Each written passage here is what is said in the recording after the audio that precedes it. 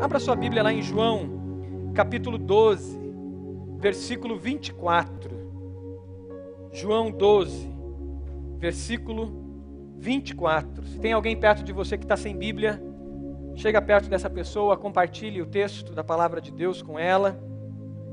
Compartilhe aquilo que vamos meditar. Vamos ler outros textos também. Mantenha sua Bíblia aberta. Brilhar como Jesus. Brilhar, refletir a luz de Jesus.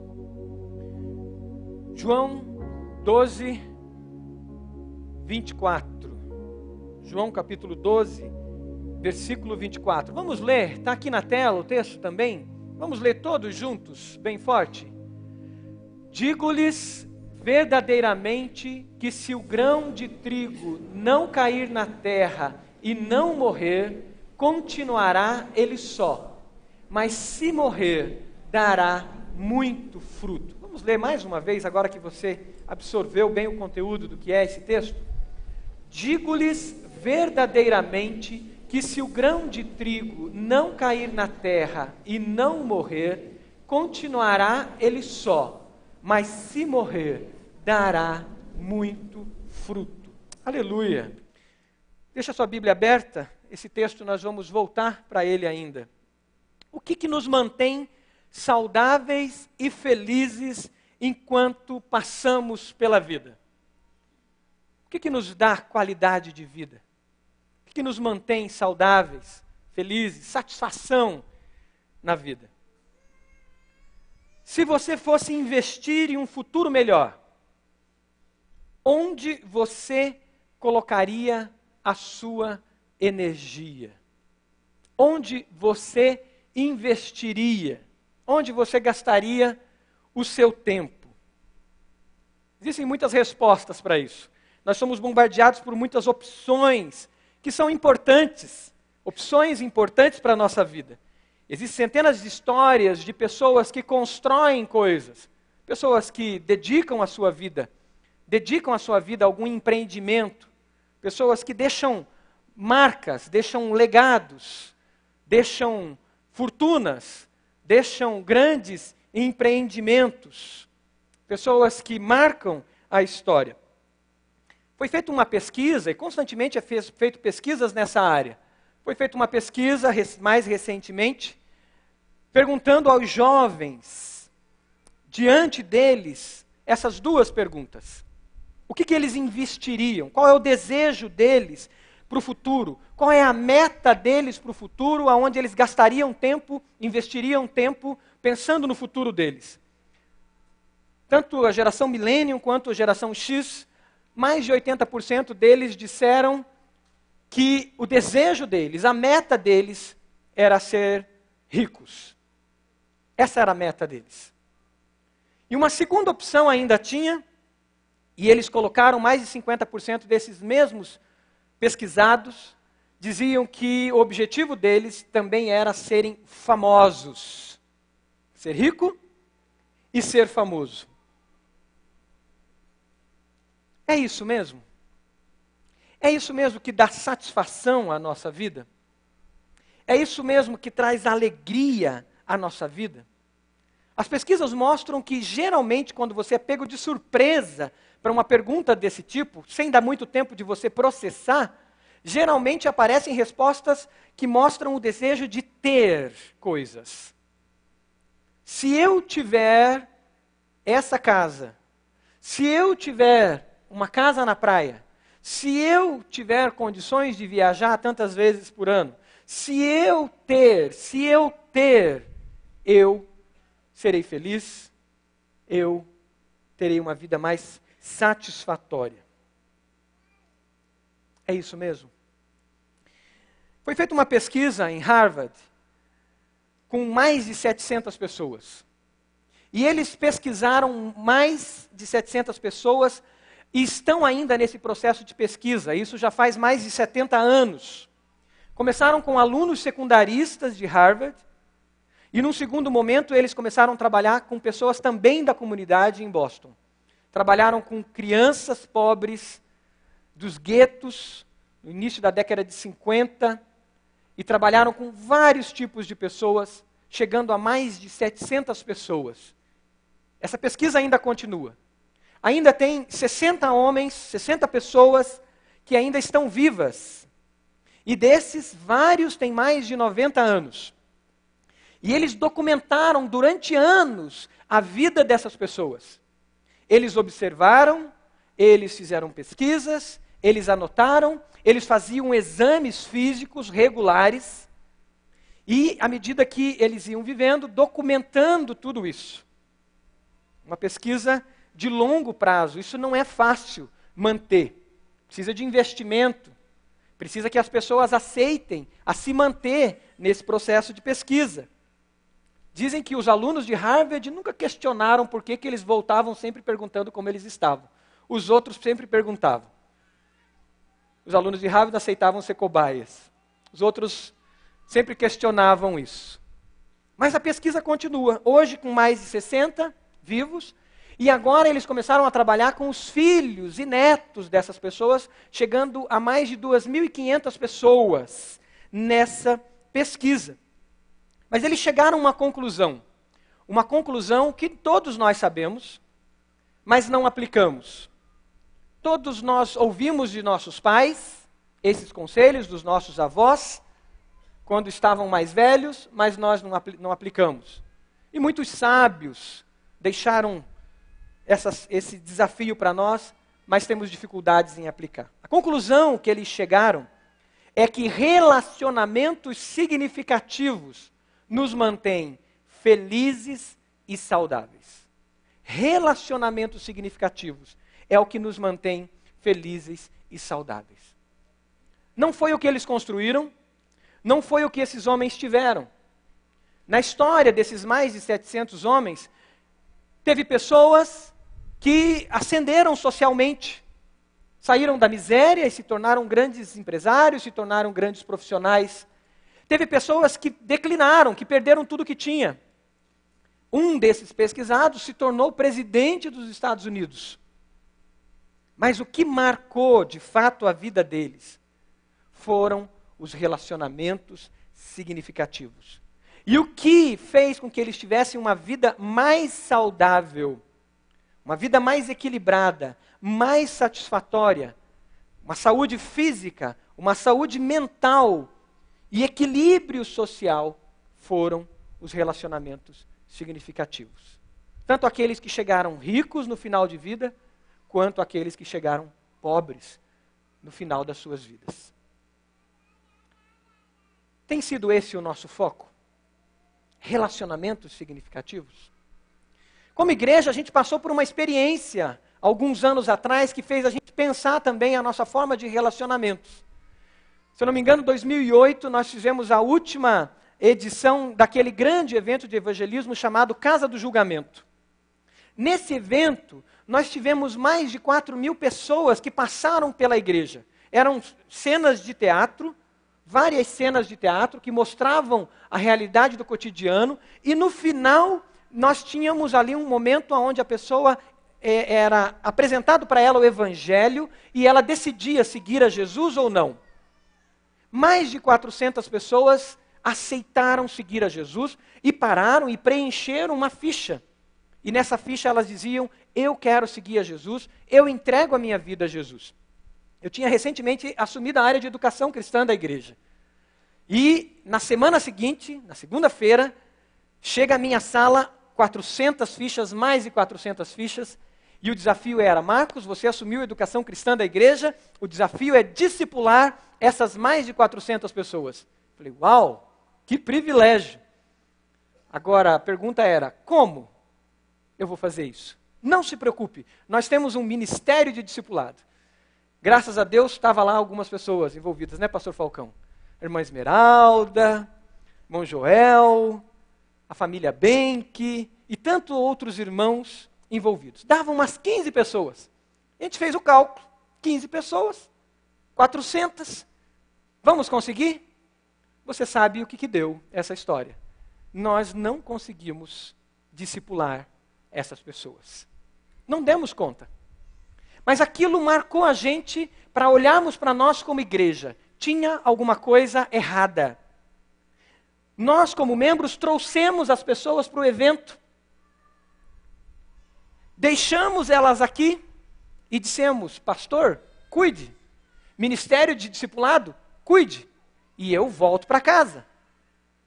E ali fez a gente repensar o que somos como igreja.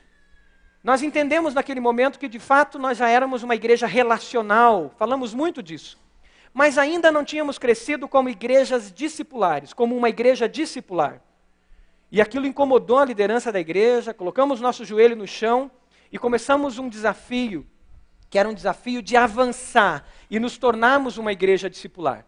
Foi na época que surgiu aquele livro Raízes. E o livro Raízes foi desafiado a igreja a fazer esse livro. Nós chegamos a mais de 1.000 pessoas em pequenos grupos estudando esse material. E naquele período foi bonito de ver no domingo de manhã que não tinha mais espaço aqui na igreja. Eu lembro que tinha o banheiro aqui em construção. No banheiro nós tínhamos em construção 3 grupos acontecendo dentro do banheiro em construção. Tínhamos gente embaixo das escadas. Tínhamos gente em todas as salas dos pastores. Tinha gente em cadeiras nos corredores. No salão de cultos tinha cadeiras em círculo e o pessoal estudando esse material. E o material tinha um objetivo. O nome Raízes não foi criado por acaso. Nós tínhamos um alvo. Como chegar a sermos uma igreja com profundidade nos relacionamentos. E essa profundidade nos desse condições de assumir compromisso com o outro. De assumir compromisso de cuidar dos bebês na fé, dos recém-nascidos na fé. Porque até ali muitos de nós estávamos abandonando os bebês na fé. As pessoas se convertiam, mas nós não assumíamos um compromisso de discipulado, de relacionamento discipulador com elas. E começamos esse trabalho de criar essas raízes. Graças a Deus estamos colhendo os frutos disso hoje. Hoje nós não batizamos ninguém ali sem tal discipulador do lado. E uma das coisas mais bonitas que tem é no dia de gravar o testemunho do novo convertido, daquele que vai se batizar, é o discipulador estar do lado, e muitas vezes você vê lágrimas descer dos olhos dele, e ele dizer: eu caminhei com ele, eu caminhei com ela, e eu cresci mais do que eu cresci nos últimos anos, investindo na vida dessa pessoa, fazendo o livro Sementes, fazendo o livro Raízes, caminhando junto, intercedendo junto. E a gente tem colhido esses frutos.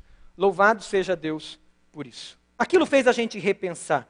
Aquilo fez a gente olhar para nós mesmos. E meu desafio nessa manhã é que você olhe para você mesmo e olhando para si mesmo, você possa ver se você tem raízes nos relacionamentos. Ou se os seus relacionamentos são superficiais. Porque se temos relacionamentos superficiais, as tempestades nos derrubam muito rápido. Se temos relacionamentos superficiais, rapidamente nós somos levados por um vento ou outro. Como diz a palavra de Deus, são presas fáceis de ventos de qualquer doutrina. Presas fáceis de qualquer vento que leva de um lado para o outro. Mas se nós temos raízes, essas raízes garantem em nós solidez. E essa solidez nos leva a um patamar melhor de vida. Seja a saúde física, seja a saúde emocional, mas principalmente a saúde espiritual. Raízes deu luz a um acróstico, que é o que a Junta de Missões Nacionais usa muito. Esse acróstico para falar de relacionamentos discipuladores. A letra R é a letra que fala de a base para nós termos relacionamentos significativos. A base para nós trabalharmos as raízes dos nossos relacionamentos. A base para tudo é Jesus. Sem Jesus, nós não conseguimos desenvolver relacionamentos significativos. Nós somos presas fáceis de qualquer vento, de qualquer chuva, de qualquer intempérie. As circunstâncias facilmente nos levam de um lugar para o outro. Mas se nós firmamos raiz em Jesus, nós podemos de fato desenvolver uma vida equilibrada, uma vida plena, uma vida de satisfação na presença de Deus. Conhecer a Jesus é essencial, porque Jesus revela quem é Deus. A palavra de Deus diz em João capítulo 1 que antes era a palavra, antes era o verbo. E o Verbo se manifestava, se revelava, em todo o Antigo Testamento, a presença de Deus se revelava, mas nós não tínhamos a revelação plena de quem é Deus. Em Jesus, nós temos a revelação plena. João 1 diz que o Verbo se fez gente e habitou entre nós, e nós vimos a sua glória, como a glória do unigênito do Pai. Jesus revela quem é Deus. Jesus revela o Pai. Jesus diz, eu e o Pai somos um. Aquele que me vê, vê ao Pai. Em Jesus nós aprendemos a essência do relacionamento. Quem dera nós lêssemos os evangelhos, Mateus, Marcos, Lucas e João, pelo menos uma vez por mês. Lêssemos, relêssemos, lêssemos e relêssemos. Porque nos evangelhos estão reveladas os princípios, estão revelados os princípios. Está na prática como nos relacionar com os diferentes, como relacionar com as autoridades, como nos relacionar com os religiosos soberbos, como nos relacionarmos com a prostituta pecadora, nos relacionarmos com o cobrador de impostos, nos relacionarmos com os ricos, nos relacionarmos com os pobres, com os miseráveis. Os evangelhos revelam de maneira prática tudo isso. Deveríamos ler a Bíblia uma vez por ano e os evangelhos uma vez por mês. E lendo, nós nos apaixonássemos cada dia mais por Jesus. Jesus. E nos tornássemos verdadeiros adoradores de Deus na pessoa de Jesus. À medida que nós lêssemos, nós conhecêssemos mais sobre Ele, nós nos entregássemos mais em amor por Ele. E em desejos de sermos parecidos com Ele. A cada leitura, a cada passo. Porque à medida que nós adoramos a Deus, à medida que nos tornamos adoradores do Senhor, à medida que nós não só cantamos, como cantamos aqui, que Jesus é o Senhor, à medida que essa adoração surge em nós, nós nos tornamos parecidos com Ele.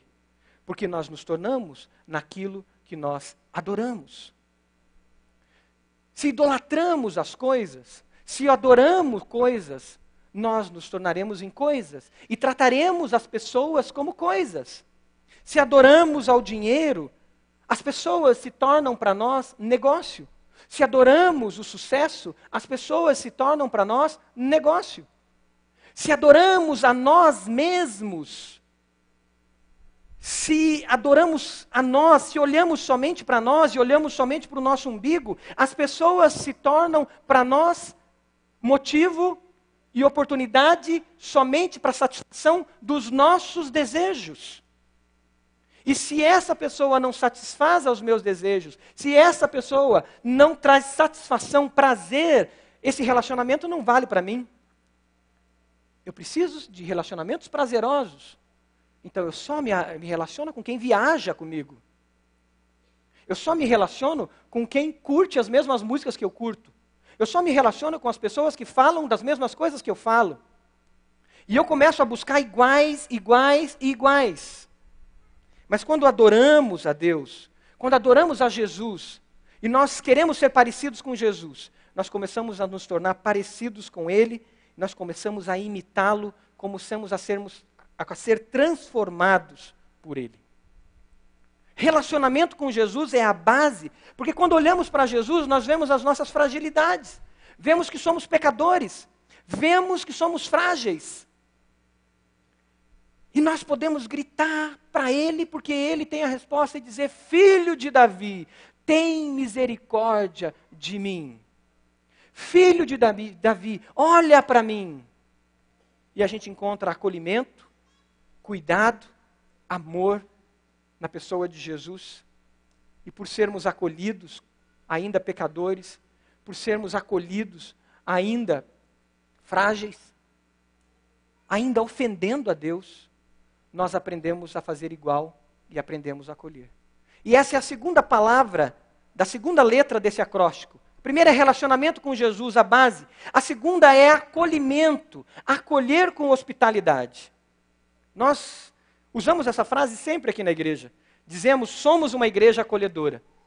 Esses dias eu resolvi, junto com outro pastor, a gente entrou no Google e a gente estava vendo o que as pessoas escrevem sobre a nossa igreja. E ficamos muito felizes. Teve uma reclamação lá. Os outros eram elogios. E eles diziam, essa é uma igreja acolhedora. Essa igreja me acolheu assim e assim. Essa igreja me acolheu assim e assim. E essa palavra acolher estava muito frequente ali nos testemunhos das pessoas, nas declarações das pessoas ali no Google. Ficamos felizes em ouvir isso. Porque esse é um chamado para nós. Assim como você foi acolhido, assim como eu fui acolhido por Deus, mesmo sendo pecador, nós somos chamados a acolher também as pessoas, a receber as pessoas, acolher com hospitalidade. Acolhimento é uma das grandes virtudes cristãs, presente desde o Antigo Testamento até o final da Bíblia. A hospitalidade. Os primeiros cristãos exerciam isso e colocavam em risco as suas próprias vidas, acolhendo pessoas estranhas, pessoas diferentes. Romanos 12 fala sobre a hospitalidade, o acolhimento. Romanos 12, 13 diz, compartilhem o que vocês têm com os santos em suas necessidades, pratiquem o que? A hospitalidade. Sabe o que quer dizer hospitalidade? A palavra literal no grego é filoxenia. Filoxenia é o contrário de xenofobia. Ouvimos essa palavra mais recentemente com os fluxos migratórios. Se fala muito em xenofobia. Filoxenia é amor aos estranhos. Então, quando a Bíblia diz pratique a hospitalidade, ela não está dizendo assim, olha, receba o missionário na sua casa só. Não, o missionário é a coisa mais básica que a gente tem que receber, porque o missionário é um igual. Ela não está dizendo simplesmente receba a célula, o pequeno grupo na sua casa. Não, receber a célula, o pequeno grupo é normal, porque 99% do pequeno grupo são iguais, são pessoas próximas. Quando ela fala hospitalidade, ela fala receba ou pratique o amor aos estranhos. E aí? Como é isso? Quem são os estranhos? Quem são os diferentes? Quando a gente sai da nossa bolha gospel, quem são os diferentes? Quando a gente sai do nosso mundo, que a gente só tem crentes, quem são os diferentes? Ou mesmo, quem são os diferentes dentro da própria bolha? Que às vezes nós temos resistência. Acolher é mais que conviver alguns minutos. Acolher é mais do que um momento do café aqui no culto, o momento do chá, que é uma prática cristã desde os primórdios, a comunhão à mesa. Mas muitas vezes as nossas mesas não estão gerando aquilo que no Novo Testamento, aquilo que aconteceu na história da igreja cristã. A mesa tem uma missão, gerar comunidade. Estar à mesa é comungar junto, é caminhar junto, é viver em comunhão, comunidade. Muitas vezes os nossos encontros à mesa não estão gerando isso. Mesmo nas nossas células. Mesmo nos nossos pequenos grupos. Mesmo aqui no momento do café. Mas glória a Deus que eu tenho ouvido testemunhos de pessoas que foram acolhidos através de um momento desse de comunhão, num chá, num café. Estão num pequeno grupo, estão dizendo, eu fui amado, eu estou sendo amado, eu fui acolhido, eu fui acolhida. Como estamos vivendo isso? Hebreus 13, 1 e 2 diz o seguinte, seja constante o amor fraternal. Não se esqueçam do amor aos estranhos. Não se esqueçam da hospitalidade. Foi praticando aqui sem o saber, alguns acolheram anjos. Você já acolheu anjos na sua casa? Eu já. E fui muito abençoado. Muito abençoado. Os meus testemunhos, principalmente nos últimos anos, depois que comecei a participar de pequenos grupos, eu não participava até 2007. Eu já era pastor aqui na igreja e rebeldemente eu dava um jeito. Aí o Henrique e a Ione ficavam no meu pé, além de todos os pastores. E aí eu comecei a participar, 2007, 2008. E a partir dali eu comecei a ter mais experiências com anjos na minha casa. E muito do que eu sou dos meus testemunhos hoje, esses anjos aparecem na história. Se você gastar um tempo conversando comigo sobre a minha história, eu vou te falar de várias pessoas que fizeram eu mudar hábitos. E mudar hábitos não é fácil.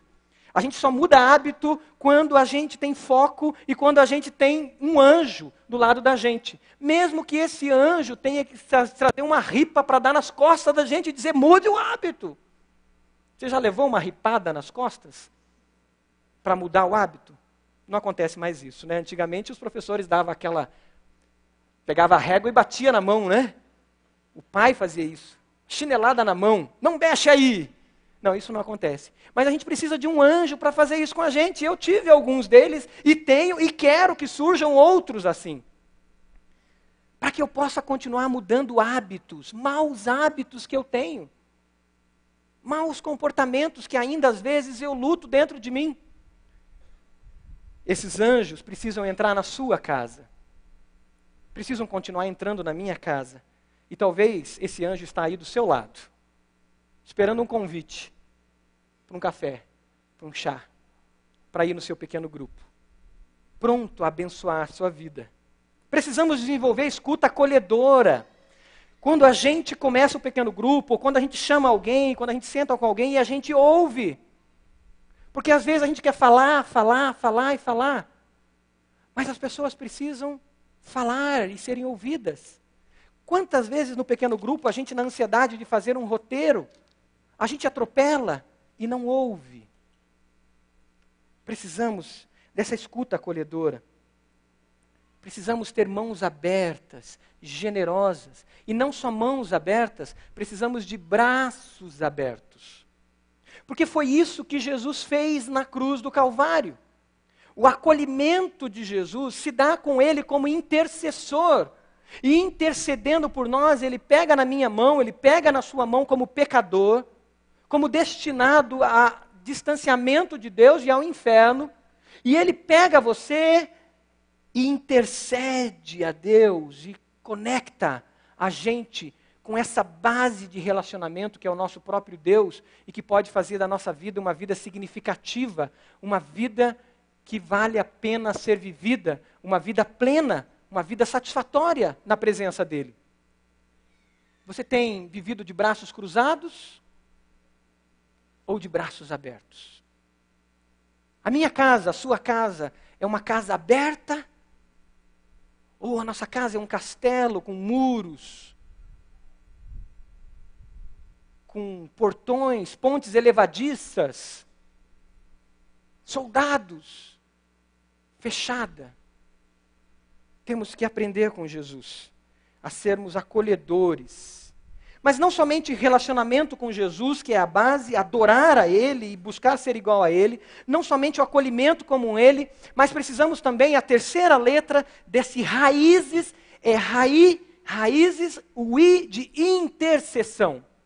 Intercessão mútua. Interceder é colocar-se à disposição, pleitear algo em favor de outro. É defender a causa dele com orações e súplicas. Recentemente eu fui chamado a interceder por um irmão.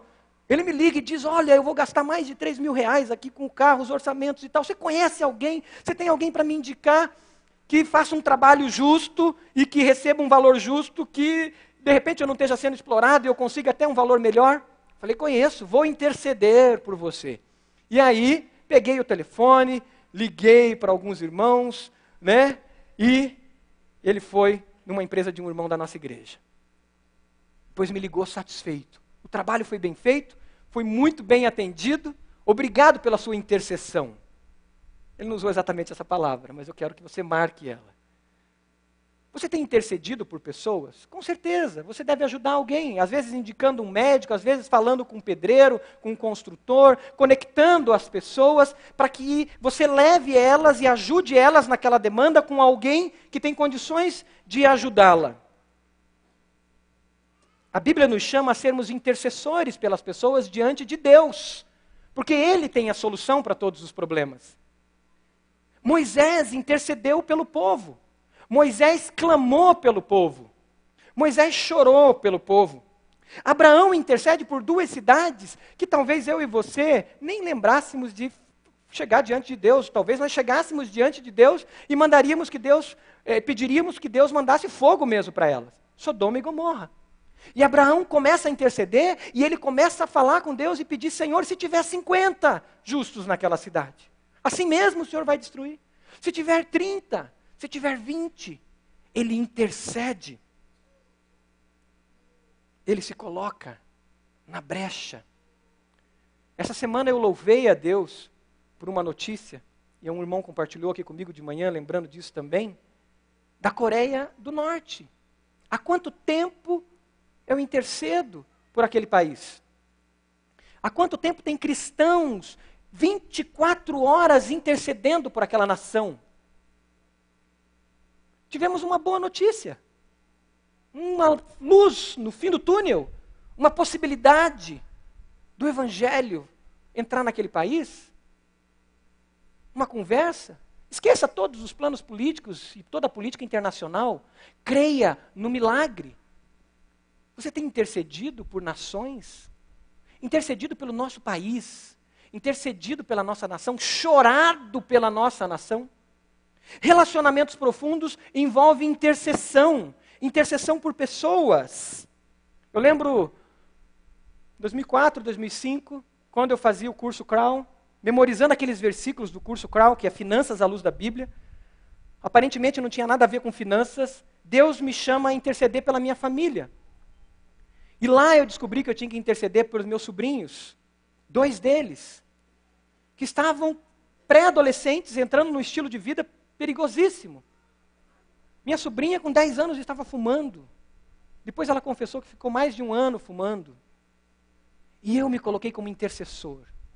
Lembro-me de vários momentos de estacionar meu carro na rua e chorar e dizer: Deus faz um milagre, Deus protege os meus sobrinhos. Lembro de deixá-los na casa deles, eu levava 50 minutos até a casa deles, buscava eles antes do encontro de adolescentes, um trânsito maluco, 50 minutos para chegar lá, e depois os levava a casa,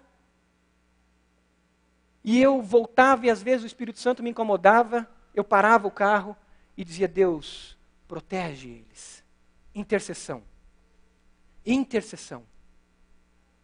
Semana passada eu tive uma notícia, eu vi algo que me fez ali atrás me desbancar de chorar. Eu estava ali atrás, naquele culto de domingo passado, que veio a Aline Barros aqui. Eu estava ali atrás ajudando na recepção, ajudando nas cadeiras, ajudando a acolher as pessoas, encontrar um lugar para elas. E de repente, eu olho aqui para frente e Deus me traz à memória esse tempo de intercessão pelos meus sobrinhos. Eu lembro que quando eu ia buscá-los, a gente vinha ouvindo a Aline Barros no carro. Eles não gostavam de ouvir a Aline Barros, porque eles ouviam aquelas músicas complicadas, os funks, sei lá, tudo que eles ouviam. E aí, a gente intercedendo, aquelas músicas ficavam, com o tempo eles estavam cantando as músicas da Aline Barros. Com o tempo eu estava ouvindo a minha sobrinha dizer: eu queria cantar na igreja, igual a Aline Barros. Semana passada estava o meu sobrinho aqui, cantando do lado da Aline Barros. Você pode dizer aleluia? Glória a Deus. Não porque era Aline Barros, mas porque aquela intercessão, aquele investimento, caiu em terra fértil. E o Espírito Santo agiu. E teve um milagre. Você tem intercedido pela sua família? Você tem gastado tempo intercedendo pela sua família? Pelo seu primo, pela sua prima, pelo seu sobrinho, pela sua sobrinha, pelo seu pai, pela sua esposa, seu esposo. Às vezes nós esquecemos de orar pela nossa esposa. Oramos com ela ou com ele uma oração programada, mas não gastamos tempo dobrando o joelho. Deus, trabalha na vida da minha esposa essa área. Trabalha na vida do meu esposo essa área.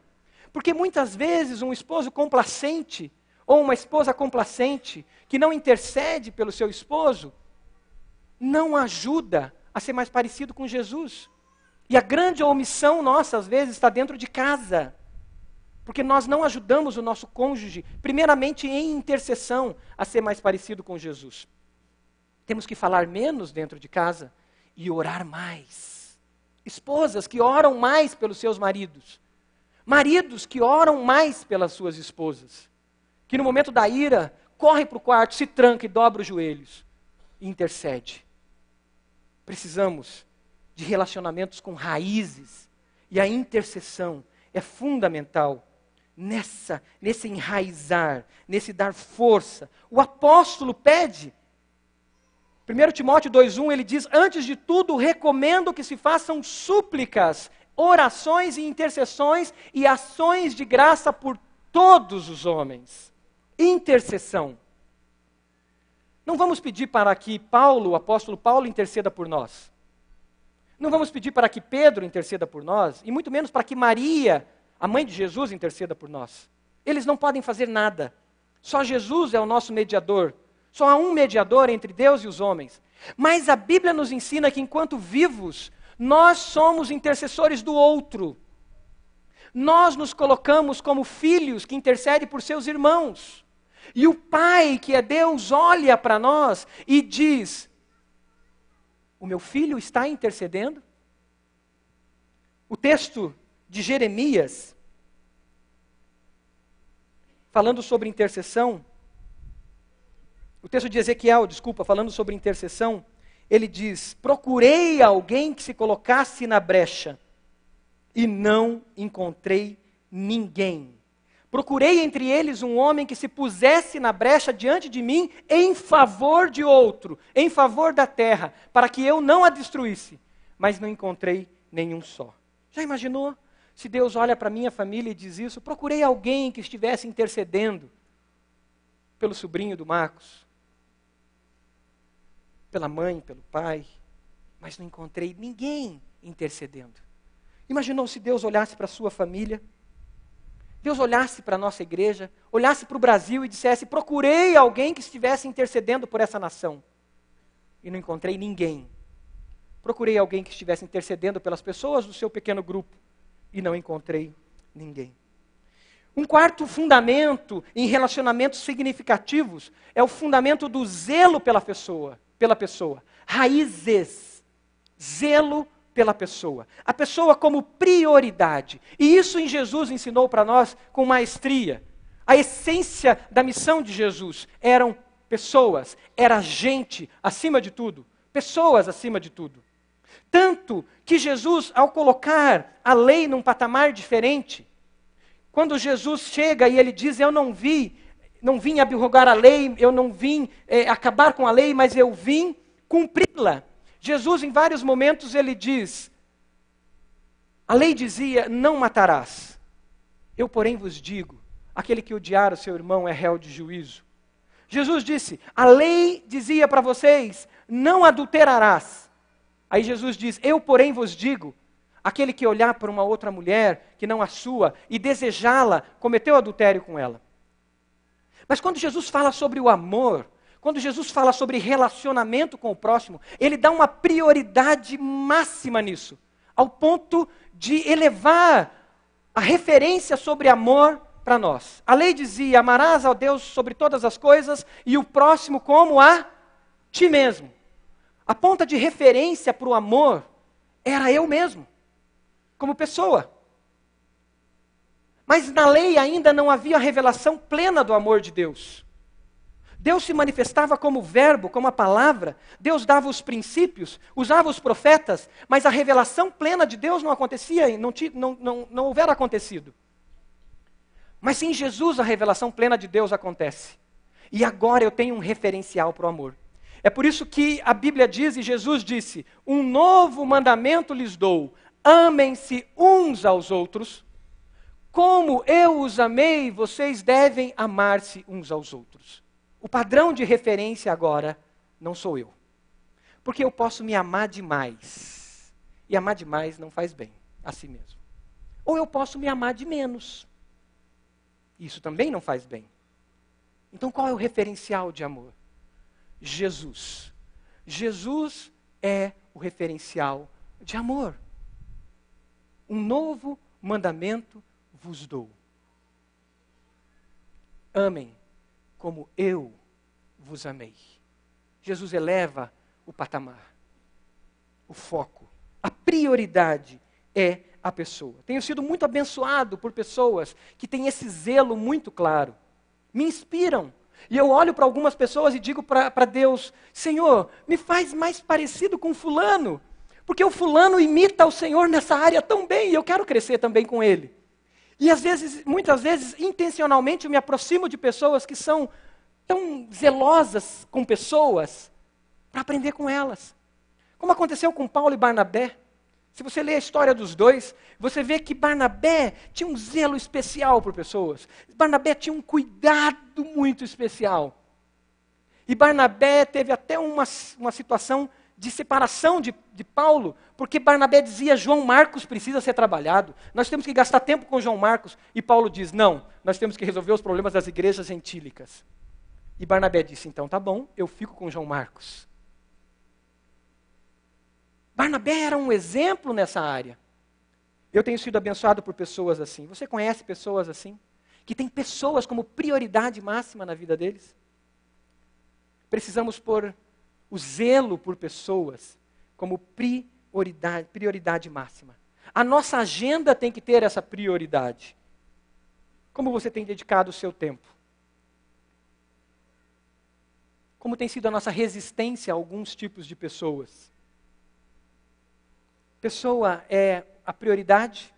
Se abrirmos a nossa agenda agora, ali vai aparecer pessoas, a minha família, a tua família, e depois pessoas, relacionamentos como prioridade.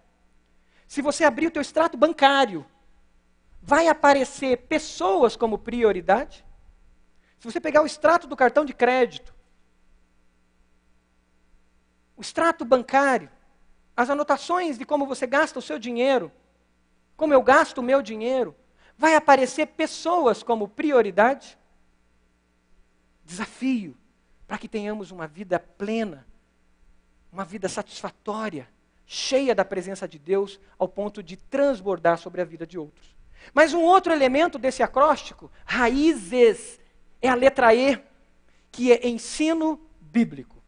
Naquele período que a igreja começou a fazer o livro Raízes aqui, as pessoas diziam, pastor, eu não tenho condições, como que eu vou liderar um pequeno grupo ensinando a Bíblia? Quem sou eu? E eu lembro que um paradigma nós tínhamos, porque nos pastores nós também fizemos o livro Raízes naquele momento. E aí nós tínhamos o pastor Avelino, um homem experiente, cheio do Espírito Santo. Tínhamos o pastor Roberto, pastor Tunala, vários pastores ali. E aí o pastor Roberto fazia questão de dizer de púlpito que eu liderava o grupo que fazia Raízes. E eu dizia para as pessoas, gente, eu estou liderando pastor Avelino. Quem sou eu? Eu sou o facilitador, você consegue.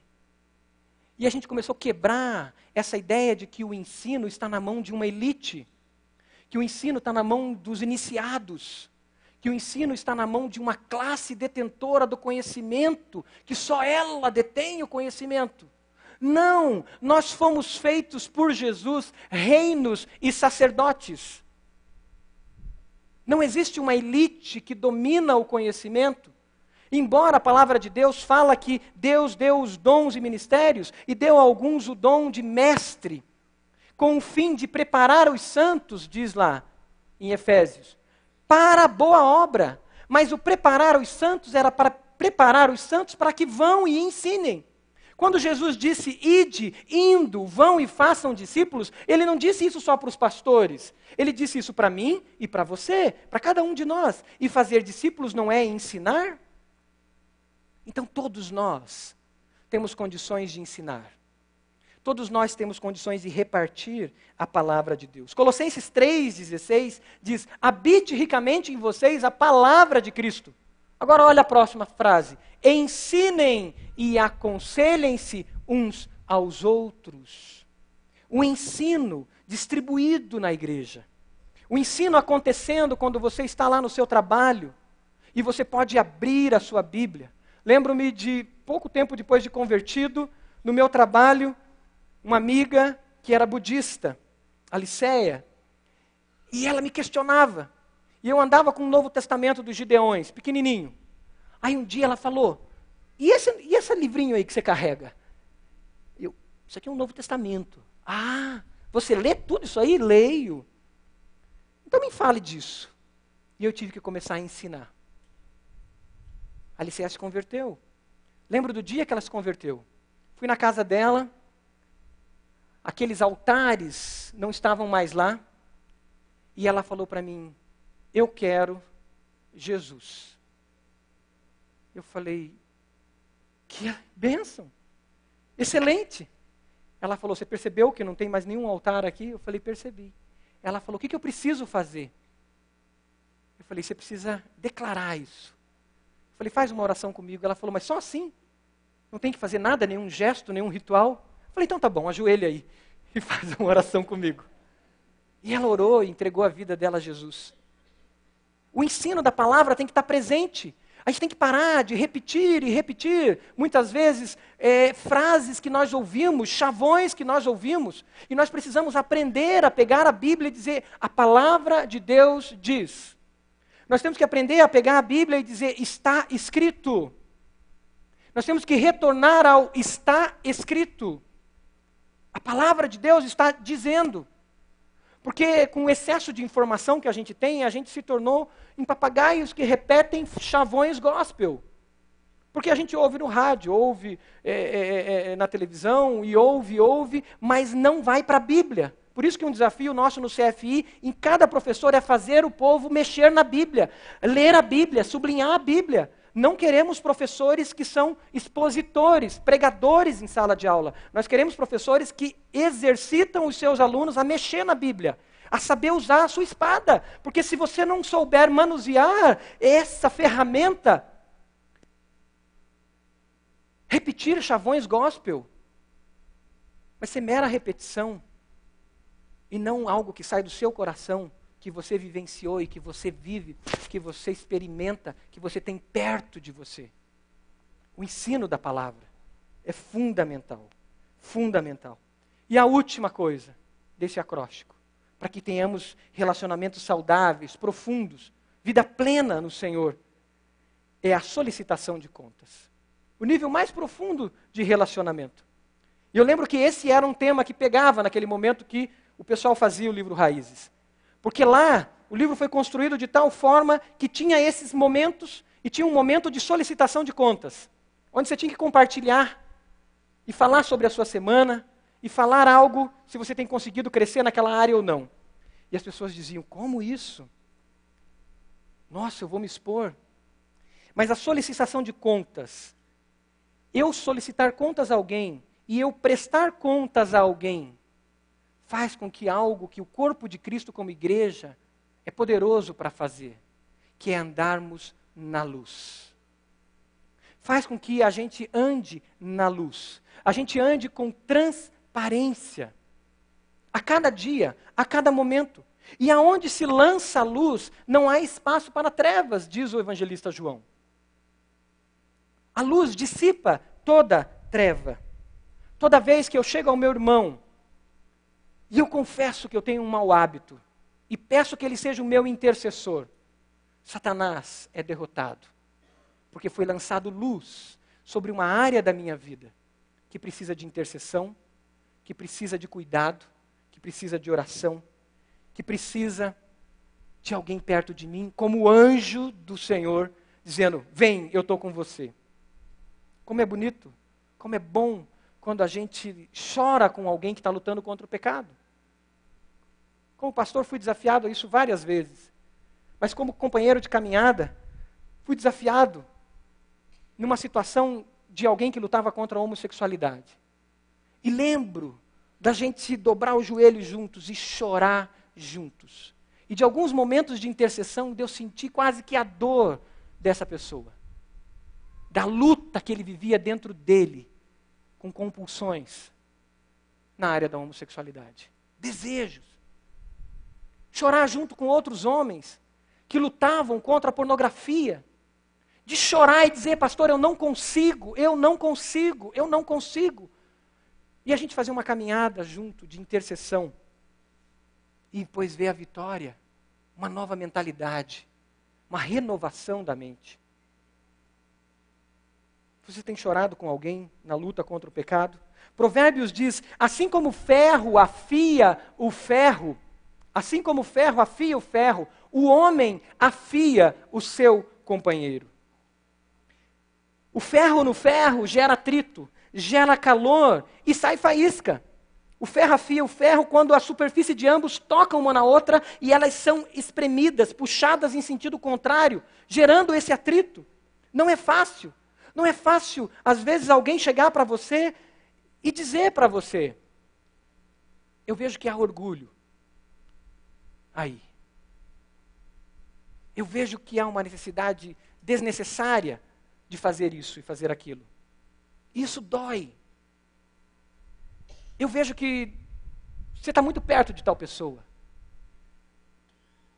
Mas é importante que o ferro afie o ferro. É importante que a gente tenha essa intimidade. E chegar nesse nível não é fácil. Mas esse é um alvo que a gente tem.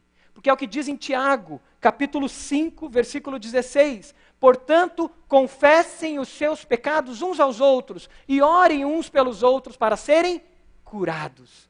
A oração de um justo é poderosa e eficaz.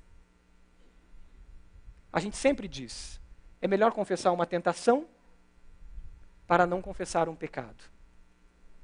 É melhor confessar um hábito que está se tornando constante, que talvez ainda não seja pecado, mas que pode me levar a pecar, do que eu estar no fundo do poço.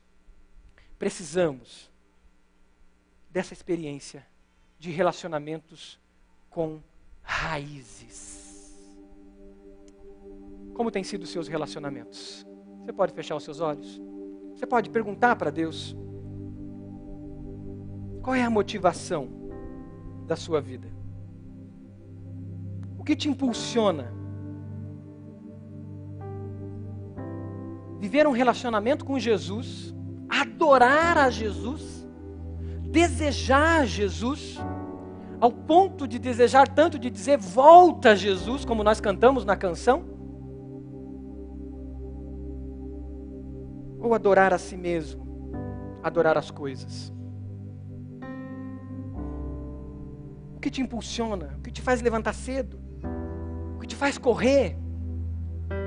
O que te faz fazer as coisas? Qual é a sua meta? O que nos mantém saudáveis? Aquela pesquisa de Harvard mostrou algo que nós sabemos e que a Bíblia fala há muito tempo. São relacionamentos profundos, significativos. Mas o primeiro relacionamento desse é com Jesus. A base é Jesus. Sem Jesus nós não conseguiremos. Meu convite, o convite da palavra de Deus para você nessa manhã é: você tem tido um relacionamento significativo com Jesus?